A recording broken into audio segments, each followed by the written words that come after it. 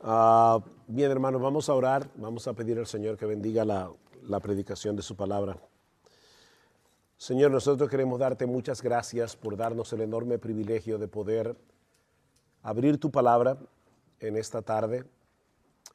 Cuando predicamos en estos talleres, Señor, no estamos tratando de simular que estamos predicando, no estamos haciendo un ensayo de predicación, estamos predicando tu palabra. Y cuando tu palabra es predicada, nosotros debemos postrarnos ante ella con respeto, con reverencia y con un oído y un corazón atentos. Ayúdanos ahora, Padre bueno, danos tu palabra, háblanos, porque te lo pedimos en el precioso nombre de Jesús. Amén y amén. Si hay algo que aprendemos de las Escrituras, es el hecho de que los métodos de Dios son muy distintos a los nuestros. Un ejemplo de esto lo vemos en el hecho de que las características que Él suele buscar en los hombres no es precisamente las que nosotros, en la mayoría de los casos, solemos buscar y apreciar. Y la forma como Él usa a aquellos hombres que Él llama al ministerio muchas veces desafía nuestras expectativas. Como dice el famoso himno de William Cowper, nuestro Dios se mueve de maneras misteriosas. Esa es una de las grandes lecciones que nosotros aprendemos del capítulo 16 del primer libro de Samuel. De hecho, es una de las grandes lecciones de todo el libro. Si vemos primera y segunda de Samuel como un solo libro, una de las grandes lecciones del libro es Dios exalta a los humildes, pero Dios abate a los soberbios. Ahora, antes de pasar a considerar el contenido de este capítulo en particular, permítanme ponerlo en su contexto. Las historias que se narran en los primeros capítulos del libro de Samuel se encuentran en el período de los jueces. Y como ya nosotros sabemos y hablábamos en el taller anterior, fue una época muy oscura, política, religiosa, moralmente, en la nación de Israel. En el periodo de los jueces había un ciclo que se repetía una y otra vez de pecado, opresión, arrepentimiento, liberación, y luego volvía de nuevo pecado, idolatría normalmente, opresión de naciones vecinas, arrepentimiento, y luego Dios enviaba un Salvador. Y el estribillo del libro de los jueces nos prepara para la historia que se narra en el primer libro de Samuel, que como ya dijimos en el taller, va inmediatamente después del libro de los jueces. En aquellos días no había rey en Israel y cada cual hacía lo que bien le parecía. Ahora, es interesante notar que cuando Israel, en el capítulo 8 del primer libro de Samuel, le pide un rey a Samuel, y Samuel se molesta, y de paso Dios también, esto no fue agradable ni a los ojos de Samuel ni a los ojos de Dios, no fue por el hecho de que ellos pidieran un rey en sí mismo. El problema de Israel es que ellos querían un rey como las demás naciones. Israel había perdido de vista su identidad como nación escogida por Dios para ser su especial tesoro sobre todos los pueblos de la tierra, como dice en Éxodo capítulo 19, en los primeros versículos. Israel cumpliría su misión siendo diferente al resto de las naciones. Pero en los días de Samuel, ellos no querían ser distintos, ellos querían ser iguales. Y Dios les dio lo que querían, proveyéndoles al rey Saúl en el trono de Israel. Dice en primera de Samuel, capítulo 9, versículo 2, que Saúl era un hombre joven y buen mozo. No había otro más bien parecido que él entre los hijos de Israel. Oigan esto, de los hombres arriba sobrepasaba a cualquiera del pueblo. En otras palabras, Saúl era presidenciable. Era un candidato que se veía bien en las vallas publicitarias. Físicamente parecía un buen candidato. Pero como todos sabemos, su reinado fue un desastre. Saúl demostró de diversas maneras su falta de disposición a obedecer la palabra del Señor, hasta que él finalmente fue desechado. Él desechó la palabra, Dios lo desechó a él. Y es aquí donde entra en juego el personaje de David en el capítulo 16 de Primera de Samuel, que vamos a considerar en esta tarde. Y podemos dividir esta historia básicamente en 4 escenas. La primera escena es la comisión de Dios a Samuel, versículos 1 al 3. Y el Señor dijo a Samuel: ¿hasta cuándo te lamentarás por Saúl después que yo lo he desechado para que no reine sobre Israel? Llena tu cuerno de aceite y ve, te enviaré a Isaí, el de Belén, porque de entre sus hijos he escogido un rey para mí. Interesante palabra. He escogido un rey para mí. Y Samuel respondió: ¿cómo puedo ir? Cuando Saúl lo sepa, me matará. Y el Señor dijo: toma contigo una novilla y di, he venido a ofrecer sacrificio al Señor. Invitarás a Isaí al sacrificio y yo te mostraré lo que habrás de hacer. Entonces me ungirás al que yo te indique. Tomarás un rey para mí y tú me vas a ungir al que yo te indique. En el capítulo 15, el capítulo anterior, dice que Samuel le dice a Saúl que lo ha desechado como rey, que Dios lo ha desechado como rey. Y eso llena de tristeza el corazón de Samuel, porque Samuel no solamente lamentaba el fracaso personal de Saúl por no haber podido ser un buen mentor, por decirlo de alguna manera. Él estaba lamentando la rebelión de Saúl y el hecho de que Dios lo hubiera desechado. Samuel amaba a Saúl, pero también es probable que él se estuviera preguntando lo que iba a suceder en el futuro inmediato de la nación ahora que la monarquía había fracasado. Todavía él no sabe que Dios tiene un as debajo de la manga. Él simplemente sabe que Saúl ha sido desechado en el capítulo anterior. ¿Debilitaría esto a la nación de Israel dejándola a merced de sus enemigos? Samuel no tenía ni idea de lo que iba a suceder con Saúl, ni cómo su destitución iba a afectar la estabilidad política de la nación de Israel. Y es en ese contexto que Dios lo comisiona para ir a Belén, y más particularmente a la casa de Isaí, para ungir con aceite al sustituto de Saúl.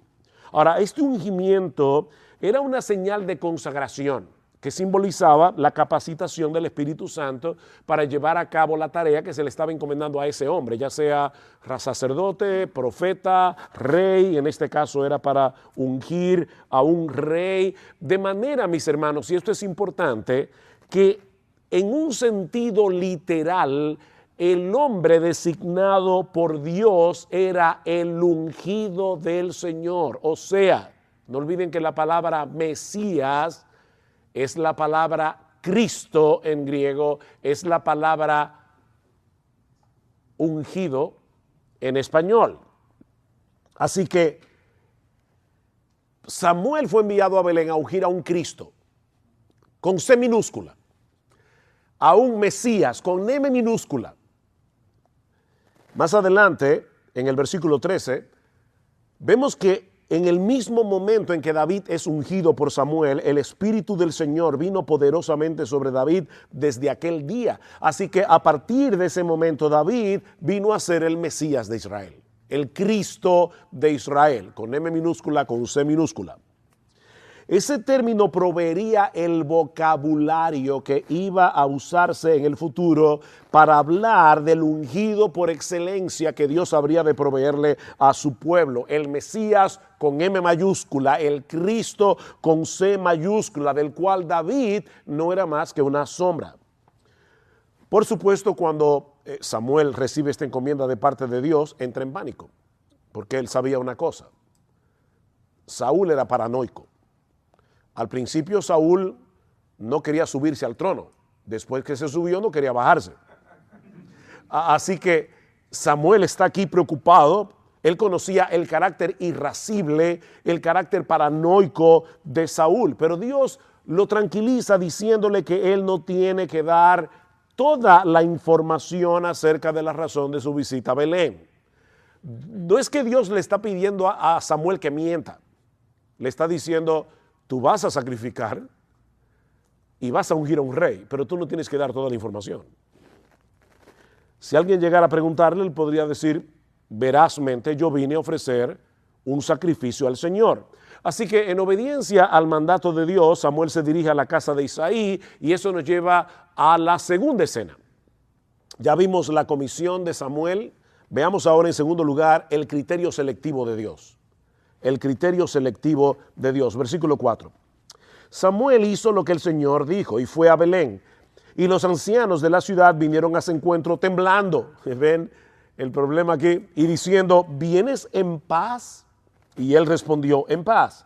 He venido a ofrecer sacrificio al Señor. Consagraos y venid conmigo al sacrificio. Samuel consagró también a Isaí y a sus hijos y los invitó al sacrificio. Y aconteció que cuando ellos entraron, vio a Eliab y se dijo, ahí está, ciertamente el ungido del Señor está delante de él. Pero el Señor dijo a Samuel, no mires a su apariencia ni a lo alto de su estatura, porque lo he desechado, la misma palabra del capítulo anterior. Porque Dios ve no como el hombre ve, pues el hombre mira la apariencia exterior, pero el Señor mira el corazón. Entonces Isaí llamó a Abinadab y lo hizo pasar delante de Samuel. Y este dijo, tampoco a este ha escogido el Señor. Después Isaí hizo pasar a Sama y él dijo, tampoco a este ha escogido el Señor. Isaí hizo pasar a 7 de sus hijos delante de Samuel, pero Samuel dijo a Isaí, el Señor no ha escogido a estos. En todo este pasaje hay un juego de palabras en el original hebreo que no se capta en el español. Cuando el Señor comisiona a Samuel para que vaya a casa de Isaí, la razón que le da es que de entre sus hijos he escogido un rey para mí. Recuerden esa frase. La palabra hebrea raá, que significa escogido, significa también ver o mirar. ¿Ven el juego de palabras? El escogido es lo mismo que ver o mirar a una persona. Y aparece varias veces en todo el pasaje, traducida de diversas maneras. Versículo 6, y aconteció que cuando ellos entraron, vio a Eliab. Ahí está la palabra Rahab. Versículo 7, pero el Señor dijo a Samuel, no mires a su apariencia.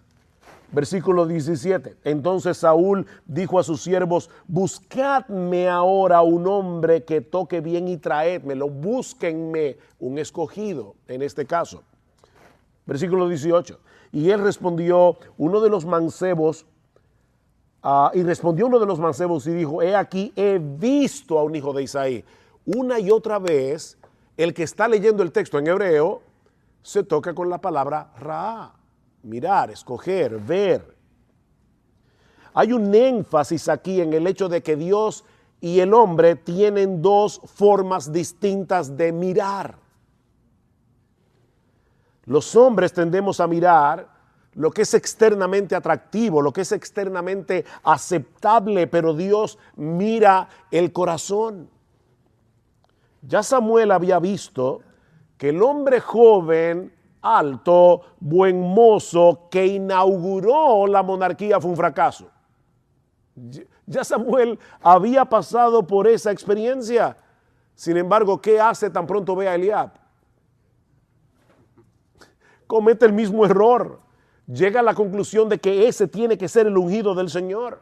Ahora, mis hermanos, antes de juzgar duramente a Samuel, mirémonos a nosotros mismos en ese espejo. Porque todos tenemos la misma tendencia pecaminosa a poner nuestra confianza en meras apariencias. Escogemos lo que es impresionante a nuestros ojos, no con lo que encaja con el criterio de Dios. Ese es un problema que nosotros heredamos de nuestros primeros padres en el huerto del Edén. ¿Qué fue lo que Eva evaluó cuando vio la fruta prohibida? Dice, cuando la mujer vio que el árbol era bueno para comer y que era agradable a los ojos y que el árbol era deseable para alcanzar sabiduría, tomó de su fruto y comió y dio también a su marido que estaba con ella y él comió. Adán, en vez de ser el líder, lo que hizo fue seguir la voz de su mujer. Me llamó la atención, mi esposo y yo hace unos años fuimos a la Capilla Sixtina, no para adorar obviamente, sino para admirar los trabajos de Miguel Ángel, y yo nunca había notado que en el fresco que Miguel Ángel pintó en el techo se ve a Eva tomando de la fruta prohibida y a Adán bajando la rama. Miguel Ángel había interpretado correctamente el texto de Génesis 3. Desde ese momento y hasta el día de hoy, nuestra tendencia es andar por vista, no por fe. Mis hermanos, vamos a hacer aquí un ejercicio de honestidad. Cuando nosotros evaluamos a un siervo de Dios, o cuando nosotros evaluamos un ministerio o evaluamos una iglesia, ¿cuáles son los parámetros que nosotros utilizamos? ¿Cuáles son los criterios? Si vemos una iglesia abarrotada de personas, ¿acaso no es verdad que tendemos a pensar de inmediato que la bendición de Dios está allí? Algo está pasando allí. Esa iglesia está llena de gente. O miramos más bien si en esa iglesia se está predicando fielmente la palabra de Dios. Si se está proclamando fielmente el evangelio de Cristo con claridad, si los creyentes están siendo edificados, si allá hay una verdadera comunidad de gracia donde los hermanos se ministran unos a otros, donde hay un verdadero amor cristiano entre los miembros de la iglesia. Mis hermanos, ¿cuál es nuestro criterio de evaluación? Ahora, debo aclarar que eso no quiere decir que el crecimiento numérico sea malo, ni tampoco que el no crecimiento sea bueno. No, eso no es lo que estamos diciendo. Lo que estamos diciendo es que ese no es una tabla de evaluación. Punto. O sea, eso ni siquiera se debe tomar en cuenta. Sin embargo, otra vez, por favor, seamos honestos. No es verdad que esa es una de las cosas que nosotros solemos pensar desde que vemos una iglesia que está creciendo numéricamente. Dios está bendiciendo ese ministerio. Lo que Dios le dijo a Samuel en el versículo 7, debemos recordárselo a nuestro corazón una y otra vez. No mires a su apariencia ni a lo alto de su estatura, porque lo he desechado, pues Dios ve no como el hombre ve, pues el hombre mira la apariencia exterior, pero el Señor mira el corazón. El hombre que Dios está buscando es aquel que toma en serio su palabra. A este miraré, dice Dios en Isaías. Ese es el hombre en el que yo he puesto mis ojos, el hombre que toma en serio lo que yo digo, el hombre que toma en serio mi palabra, el hombre que tiene la disposición a obedecer la palabra de Dios por encima de las circunstancias. Mis hermanos, ¿cuál fue la razón por la que Dios desechó a Saúl? El hecho de que Dios desechó la palabra. Saúl tuvo la osadía de querer ofrecer holocaustos antes de salir a la guerra contra los filisteos. Y él sabía muy bien que si algo Dios había dispuesto en su palabra es que los oficios de rey y sacerdote no se mezclaban. Hay uno solo en quien se mezclan esos oficios, aparte de Melquisedec. Y es aquel que fue proclamado sacerdote según el orden de Melquisedec, nuestro Señor Jesucristo. Has obrado neciamente, le dice Samuel, no has guardado el mandamiento que el Señor tu Dios te ordenó. ¿Ven el énfasis?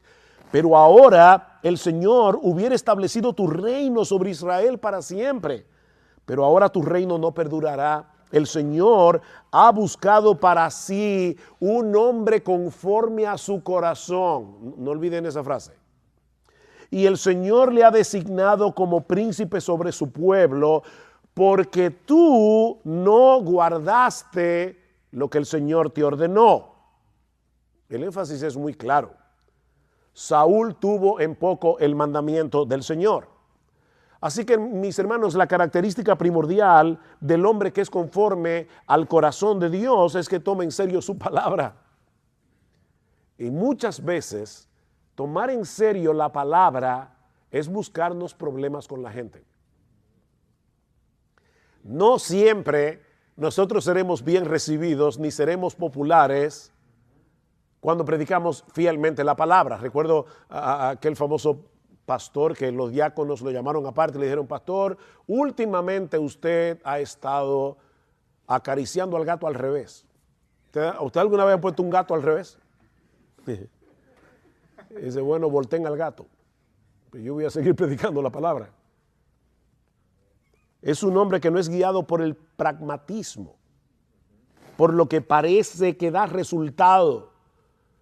Miren, otra vez, vamos a hacer un ejercicio de honestidad aquí. Tú estás en tu iglesia, tienes 25 miembros, con las visitas suman más o menos 35, y resulta que en la esquina han puesto una iglesia que es una iglesia wow. O sea, ahí todo es wow. Y va mucha gente. No es una iglesia donde se predica fielmente la palabra, pero definitivamente tienen una banda súper wow, el sonido es súper wow, el edificio es súper wow. Y a la gente le encanta eso. Tú no sientes un gusanito por dentro que te dice, tal vez yo debería renovarme. Porque tú estás ahí domingo tras domingo predicando la palabra, pero la iglesia que está creciendo es en donde no se predica bien la palabra. ¿Qué haces? Sigue predicando la palabra. Deja que sea Dios que te evalúe.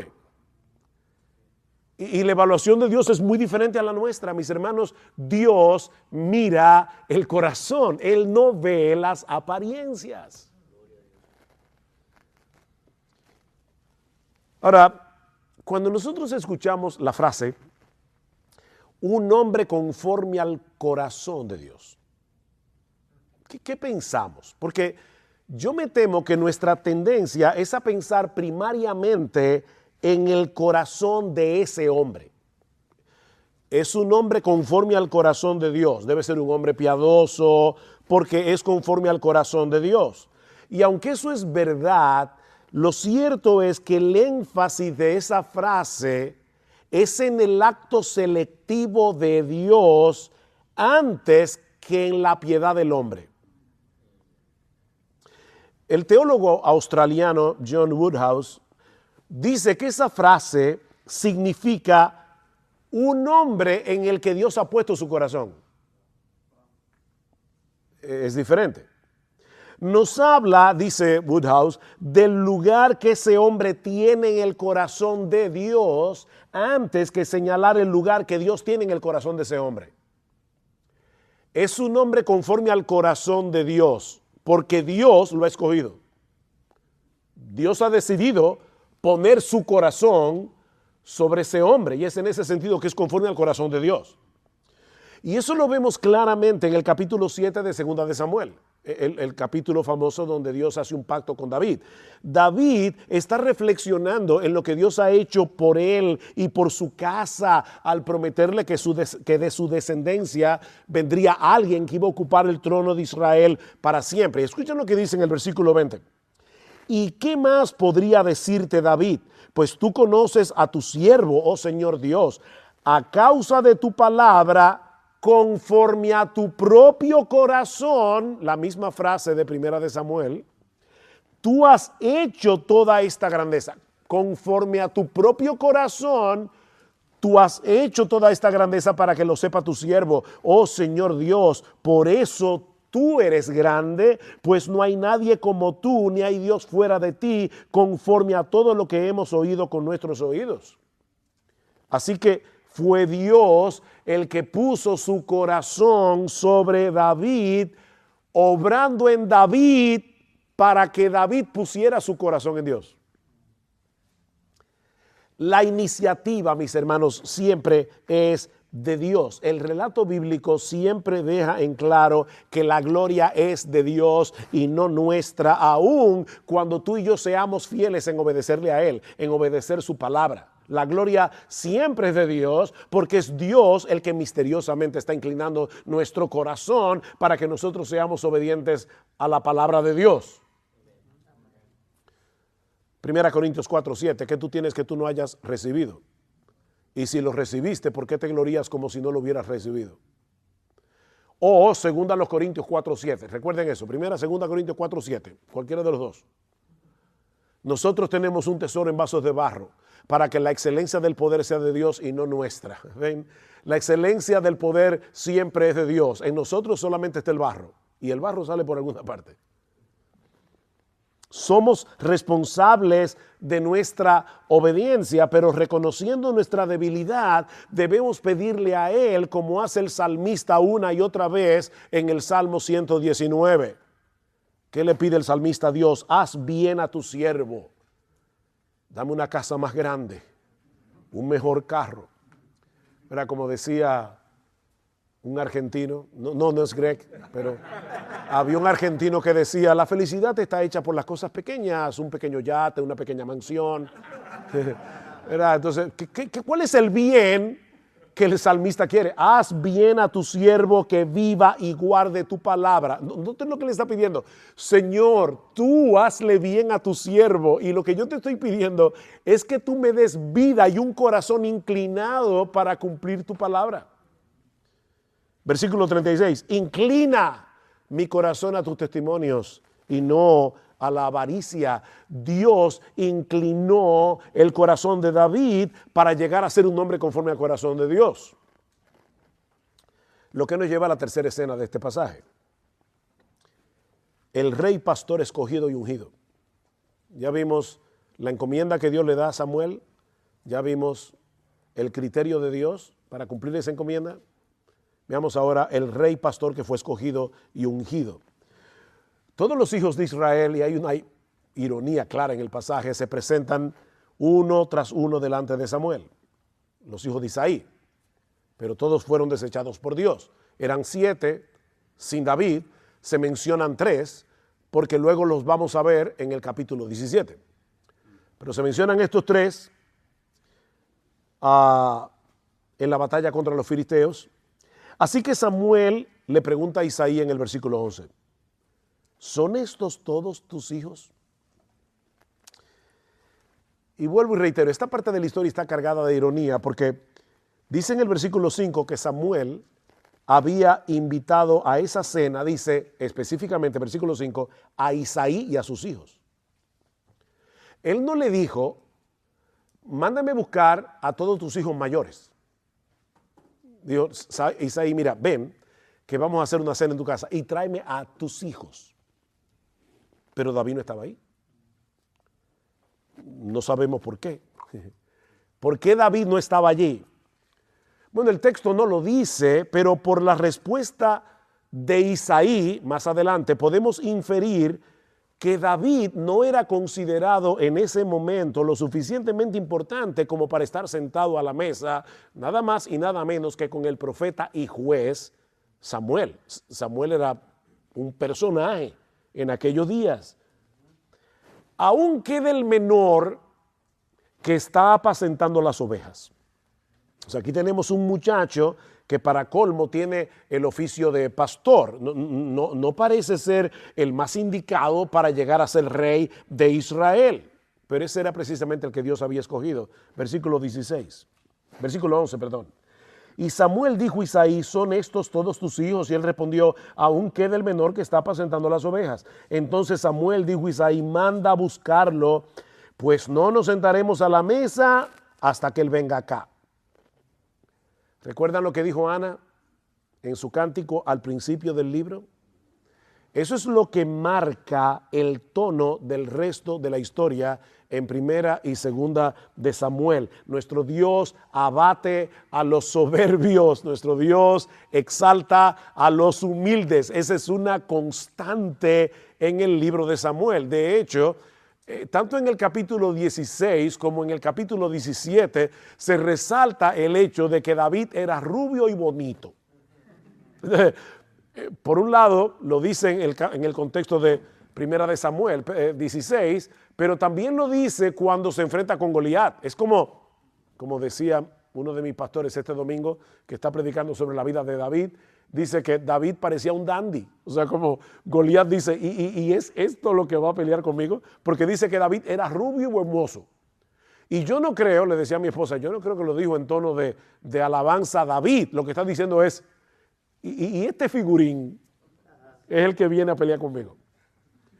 O sea que a todas luces, Es que David no podía ser el hombre escogido por Dios para llegar a ser rey de Israel. Eso no tiene sentido. Pero no solamente escoge al nuevo rey de entre el más pequeñito de los hijos de Isaí, sino que precisamente sea en la casa de Isaí. Ya eso de por sí era sorprendente. ¿Dónde vivía Isaí? En Belén. ¿Y qué era Belén? Nada. Belén no era nada, pequeña para estar entre las familias de Israel. O sea, cuando hacían el censo, a Belén a veces la pasaban por alto, la mezclaban con otra ciudad. ¿Han escuchado ese himno que dice, oh aldehuela de Belén, afortunada tú? Ya no se suele cantar ese tipo de himnos. ¿Pero qué es una aldehuela? Bueno, una aldea es chiquita. Aldehuela es más chiquita todavía. Oh aldehuela de Belén, afortunada tú. Belén era tan pequeña, yo recuerdo que toda mi familia es de Belén, y yo me acuerdo que mi abuelo decía, fumaba como un murciélago, murió de hecho, lamentablemente, era un fumador empedernido, pero mi abuelo decía, mi abuelo era de otra ciudad que se llama Bet-Yala, que queda al lado, y mi abuelo decía, si tú enciendes un cigarrillo en Belén y te vas caminando hacia Bet-Yala, llega fumándotelo. No se acaba todavía, porque es que era cerquitica, eran pueblitos muy pequeños. Y de ahí fue que Dios escogió a un muchacho para ser rey en Israel. Ahora, eso tiene que haber sido un momento engorroso para Isaí y la familia. A nadie se le ocurrió buscar a David, invitar a David. Y ahora resulta que Samuel les da la orden de que todo queda en suspenso hasta que llegue el muchacho. Y tan pronto David entra en la casa, Dios le hace saber a Samuel que ese es el hombre. Versículo 12. Y envió por él y lo hizo entrar. Era rubio, de ojos hermosos y bien parecido. Y el Señor dijo, levántate, úngele, porque este es. Entonces Samuel tomó el cuerno de aceite y lo ungió en medio de sus hermanos, y el Espíritu del Señor vino poderosamente sobre David desde aquel día en adelante, y luego Samuel se levantó y se fue a Ramá. Perdón. Para Isaí era impensable que un pastor de ovejas literales, podía llegar a ser el rey de Israel. Pero resulta que ese es el tipo de rey que Dios está buscando. Alguien que apacentara a su pueblo con sabiduría para guiarlos hacia él. Esto es importante. Aquí también hay otra ironía. David era pastor de ovejas y Dios estaba buscando a un pastor para su pueblo. A un rey que no fuera como Saúl. A un rey que no fuera como los reyes de las demás naciones. Él quería a un pastor. Cuando Natán fue enviado a David para hacerle saber que Dios establecería su trono para siempre, Dios le recuerda lo que se esperaba de él. Dicen segunda de Samuel 7:8. Así que el Señor de los ejércitos, así dice el Señor de los ejércitos, yo te tomé del pastizal de seguir las ovejas para que fueras príncipe sobre mi pueblo Israel. Yo te tomé del pastizal para que seas príncipe. Dice Tim Chester, cuando David llegó a ser rey, su descripción de trabajo no cambió, lo que cambió fue el rebaño. Era un rebaño de ovejas, ahora era el rebaño del pueblo del Señor. No era para seguir pastoreando las ovejas de su papá, sino para seguir pastoreando las ovejas de Dios el Padre. Esto era lo que Dios quería que hicieran los reyes escogidos por Él. Aunque estuvieran sentados en un trono y no trabajando en el campo, se suponía que los reyes de Israel eran pastores. Esa es la figura que Dios usa en el Antiguo Testamento para referirse a los líderes de su pueblo. Ezequiel 34, hijo de hombre, profetiza contra los pastores de Israel. Esos eran los líderes. Profetiza y di a los pastores, así dice el Señor Dios, ay de los pastores de Israel que se apacientan a sí mismos. ¿No deben los pastores apacentar al rebaño? Y más adelante, mis ovejas andan errantes por todos los campos y por todo collado alto. Mis ovejas han sido dispersadas por toda la faz de la tierra sin haber quien las busque ni pregunte por ellas. ¿Qué hará Dios para resolver esa situación? Remover a los pastores falsos para reemplazarlos por el único pastor que podía llenar la medida. Dice en Ezequiel capítulo 34, entonces pondré sobre ellas a un solo pastor que los apacentará, mi siervo David. David. Pero David estaba muerto. Evidentemente, el profeta Ezequiel está hablando de otro David.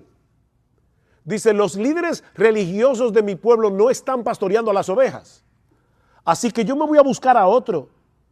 Dice, mi siervo David, él las apacentará y será su pastor. Y yo, el Señor, seré su Dios. Y mi siervo David será príncipe en medio de ellas. Yo, el Señor, he hablado. Mis hermanos, ¿hay algún texto del Nuevo Testamento? ¿Recuerdan los ecos de los que hablamos la vez pasada?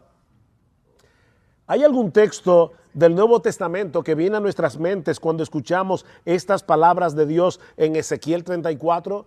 ¿Ustedes recuerdan el milagro del repartimiento de los panes en Marcos capítulo 6, donde Cristo alimentó 5,000 personas? Dice en el versículo 34 que el Señor Jesucristo en ese contexto vio a una gran multitud y tuvo compasión de ellas porque eran como ovejas sin pastor. Ezequiel 34, y comenzó a enseñarles muchas cosas. Marcos nos está diciendo aquí, ¿ustedes recuerdan que Dios había dicho que iba a enviar a un pastor? Bueno, miren cómo Cristo se sintió cuando vio a las ovejas de la casa de Israel. Estaban como ovejas sin pastor. Y todos conocemos, obviamente, lo que el Señor dice de sí mismo en el capítulo 10 del Evangelio de Juan. Yo soy el buen pastor y el buen pastor da su vida por las ovejas. Gracias.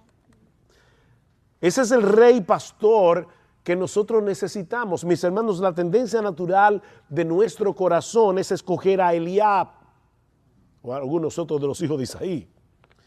Pero el rey provisto por Dios es Jesús. Es un descendiente de David que ya está entronado en los cielos y a la diestra del Padre, y que algún día volverá para reinar junto a los suyos por los siglos de los siglos.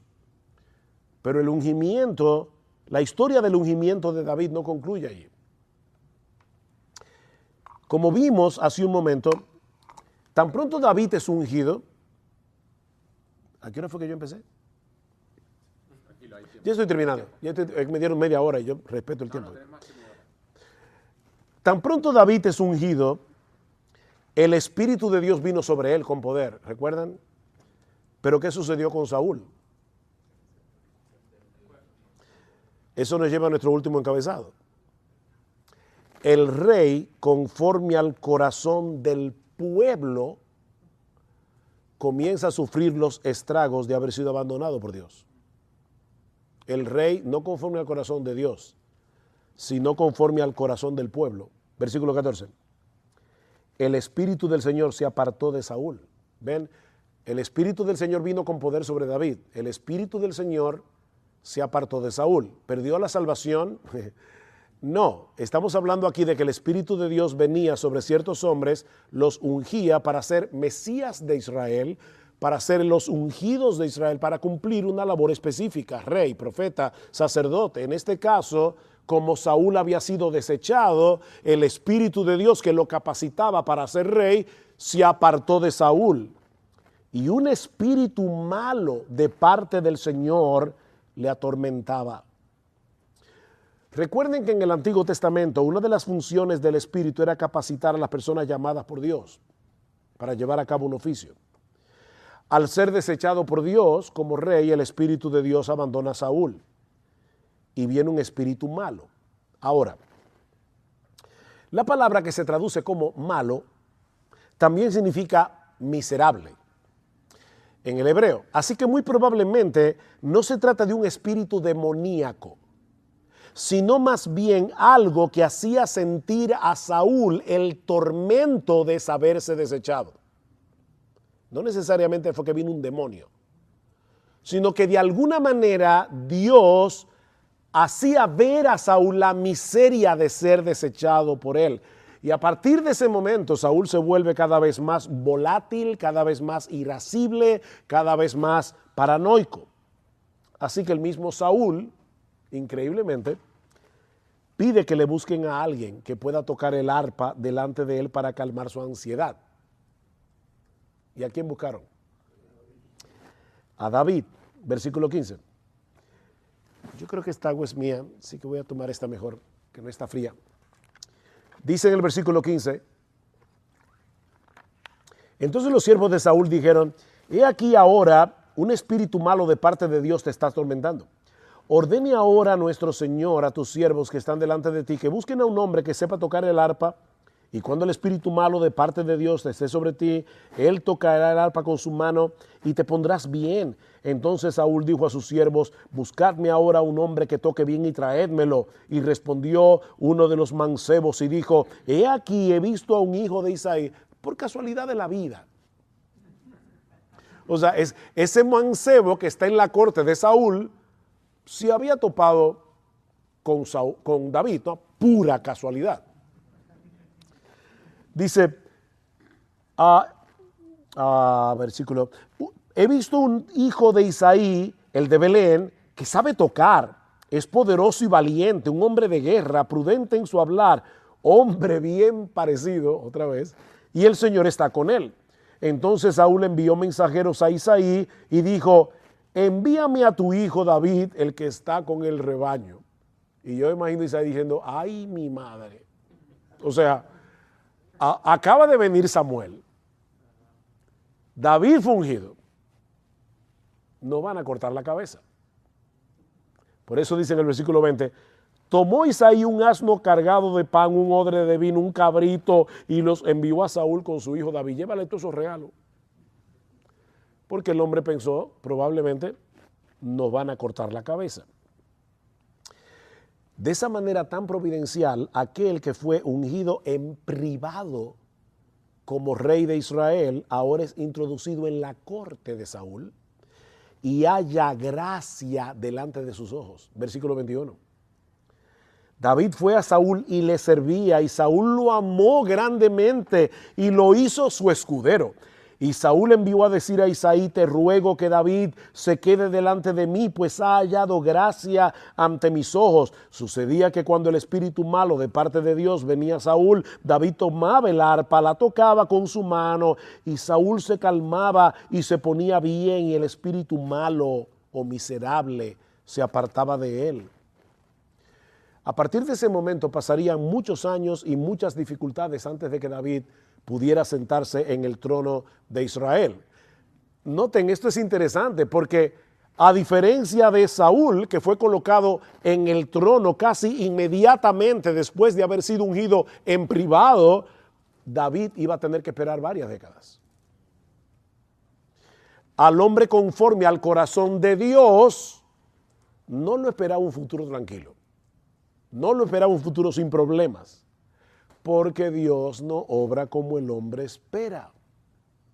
Otra vez, hermanos, no podemos evaluar lo que Dios está haciendo a la luz de lo que nuestros ojos pueden ver, a la luz de lo que nuestro entendimiento limitado puede comprender. Nosotros comenzamos a hacer algo y de repente todo comienza a salir mal. ¿Y qué es lo primero que uno piensa? Parece que Dios no está conmigo. Esto no es de Dios. Oye, espérate, si David hubiera pensado así, jamás habría llegado a la conclusión de que él era el hombre conforme al corazón de Dios, que había sido ungido para ser el Mesías, con M minúscula, del pueblo de Israel. Mis hermanos, el hecho de que las cosas estén saliendo mal no quiere decir que Dios no está contigo. De hecho, el hecho de que las cosas estén saliendo bien no quiere decir que Dios sí está contigo. A Jonás le fue muy bien. Óyeme, llegar al puerto y encontrarse con un barco que estaba a punto de zarpar. Y precisamente hacia el lugar donde él quería, lo más lejos posible de Nínive. Qué providencial. Eso tiene que ser del Señor. No era del Señor. Nuestro Dios se mueve por senderos misteriosos. Él ejecuta sus decretos de formas inesperadas, pero sus planes jamás pueden ser frustrados. Miles de años después, Dios cumplió lo que le había prometido a David al levantar a uno de sus descendientes, uno que se ha sentado en su trono. Pero mis hermanos, antes de llegar a su coronación, ese descendiente de David tuvo que pasar por la cruz. Primero la cruz, luego la gloria. Y de hecho, aún ahora que Jesús está entronizado en los cielos, sentado a la diestra del Padre, su gloria sigue escondida a los ojos del mundo. ¿Han pensado en eso? Es a ese Rey de gloria que nosotros servimos. ¿Y eso qué implica? Bueno, que nosotros seguimos a un crucificado. ¿Por qué esperamos que a nosotros nos traten de una manera diferente? ¿Por qué nosotros queremos servir y seguir a uno que sufrió la cruz, pero nosotros queremos inmediatamente el trono de gloria? Nosotros soñamos, ¿verdad?, con ese ministerio súper poderoso, tipo Spurgeon, ¿verdad?, que tú llegas allí y en menos de 4 meses ya no tienes 5,000 personas. Pero a veces te tocan ministerios como los de Simeon, Charles Simeon, por quien toma nombre el ministerio de Simeon Trust, que se pasó años y años y años predicando en el pasillo de la iglesia porque los miembros no lo dejaban entrar al lugar principal de la iglesia. Y ese hombre se pasó más de 20 años esperando que lo dejaran entrar en su iglesia. Y Dios bendijo poderosamente el ministerio de Charles Simeon. Pero nosotros queremos el de Spurgeon, que de paso sufrió muchísimo también. Otra vez, el hombre mira como lo que se ve, y el ministerio de Spurgeon indudablemente se veía muy exitoso, pero fue un hombre que sufrió muchísimo. Nosotros seguimos a un crucificado. Nosotros servimos en debilidad, llevando a cabo la obra de Dios con una metodología despreciada por el mundo. ¿Cuál es la metodología de Dios? Pastor, tener un canal de YouTube, nosotros tener conferencias súper multitudinarias, tener un canal de televisión. No, Dios quiere simplemente usarte a través de la locura de la predicación. Eso no se ve atractivo. Pastor, mire, nosotros vivimos en otra época. Esta no es una época logocéntrica, es una época que necesita de videos, que necesita de un montón de estrategia para que la gente, ver a la misma persona con la misma corbata, la misma ropa, casi 1 hora hablando la palabra, eso no atrae a nadie. Bueno, atrae a los escogidos del Señor. Esa es la estrategia, es en debilidad. Mis hermanos, no olviden que la necedad de Dios es más sabia que los hombres y lo débil de Dios es más fuerte que los hombres. Los siervos que son conformes a su corazón no procuran ser pragmáticos, no procuran ser originales, procuran ser fieles a su palabra. 1 Corintios 4. ¿Qué se requiere de los administradores? Que cada uno sea hallado popular. No, se requiere de los administradores que cada uno sea hallado fiel, proclamando el evangelio de Cristo para la salvación de los pecadores, para la edificación de su iglesia, dejando los resultados en las manos de Dios. Tú predica. Lo que pase con esa palabra no es problema tuyo. Eso es problema de Dios. Tú predicas la palabra, suelta el león y deja que él se encargue. Oh, mis hermanos, ya el tiempo se nos fue de más. Que el Señor nos conceda seguir siendo fieles a Él, haciendo lo que Él nos ha encomendado muchas veces en medio de mucho sufrimiento, en medio de muchas dificultades, para que en el día de su gloria podamos escuchar de su boca: bien, buen siervo y fiel, en lo poco fuiste fiel, en lo mucho te pondré, entra en el gozo de tu Señor. Nosotros seguimos al descendiente de David, que al igual que David tuvo que sufrir muchas vicisitudes antes de llegar a la gloria. Él es el buen pastor y Él nos ha puesto en sus iglesias como pastores de su rebaño, para que pastoreemos al rebaño con ciencia y con inteligencia. Que el Señor nos ayude en ese sentido a imitar al buen pastor y ser fieles hasta el fin. Vamos a orar. Padre, queremos darte muchas gracias por habernos dado la oportunidad de predicar tu palabra. Gracias por revelarnos allí las maneras misteriosas como tú obras, para que no nos extrañemos cuando veamos a nuestro alrededor las cosas que ocurren cuando te estamos sirviendo fielmente. Ayúdanos, oh Señor, a seguir a nuestro Señor por donde quiera que Él va y no evitar el camino de la cruz, para que entonces, en su momento y en su tiempo, podamos llegar a la gloria. Alabado sea tu nombre en Cristo. Amén. Amén.